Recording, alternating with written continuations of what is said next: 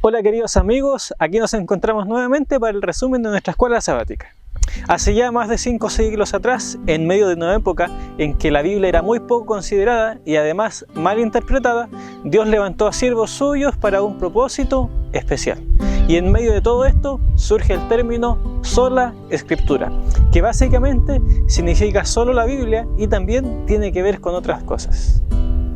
Sola escritura también quiere decir que la Biblia debe ser la norma imperante. Esto significa que la Biblia debe ocupar el lugar número 1 en cuanto a importancia e influencia en nuestra teología cristiana y aún más allá en nuestra vida. Es decir, lo que pensamos y vivimos día a día. El apóstol Pablo allí en 1 Corintios capítulo 4 versículo 6 dice: «Pero esto, hermanos, lo he presentado como ejemplo en mí y en Apolos por amor a vosotros, para que nosotros aprendáis a no pensar más de lo que está escrito». Al escribir esto el apóstol Pablo no se refería a que los cristianos no podían informarse de otras áreas del conocimiento, sino que más bien se refería a que el pensar y el vivir de los cristianos fuera conforme a lo que estaba escrito, no más allá de eso, ni mucho menos en contra. Sola escritura también significa que, aunque la Biblia tiene más de 60 libros y fue escrita por cerca de 40 autores, aún así dentro de ella podemos encontrar una perfecta unidad y armonía. Y esto es solamente producto de que, como dice en 2 Timoteo 3:16, toda la escritura es inspirada por Dios. Y Dios, dentro de su propia palabra, no se podría contradecir. Y además nos enseña que al estudiar algún tema dentro de la Biblia debemos considerarla completamente, no solamente una parte de ella, sino que debemos considerar tanto el Antiguo como el Nuevo Testamento. Sola escritura también quiere decir que el mensaje de la Biblia es claro. Esto nos enseña que todas las personas lo pueden estudiar y que además el estudio de esta no se restringe a un grupo exclusivo de personas. Podemos ver allí en Mateo capítulo 12 versículo 3, en donde Jesús dice: ¿no habéis leído lo que hizo David cuando él y los que con él estaban sintieron hambre? O el versículo 5 que dice: ¿o no habéis leído en la ley cómo en sábado los sacerdotes en el templo profanan el sábado y son sin culpa?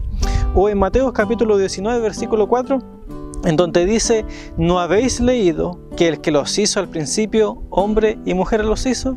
En reiteradas ocasiones Jesús citó pasajes del Antiguo Testamento junto a la frase ¿no habéis leído?, enseñando que él mismo consideraba que el mensaje de la Biblia es claro y que todas las personas lo pueden comprender. Dado que la Biblia posee una unidad dentro de ella y que además es clara en su mensaje, esta también se interpreta a sí misma. Esto quiere decir que lo que no logro comprender en cierta parte de la Biblia con relación a un tema, lo voy a lograr comprender leyendo otra parte de la Biblia, pero que habla acerca del mismo tema. Incluso Jesús, allí en Lucas capítulo 24 y versículo 27-44, tomó varias partes de la Escritura para hablar acerca de un mismo tema, Él como Mesías.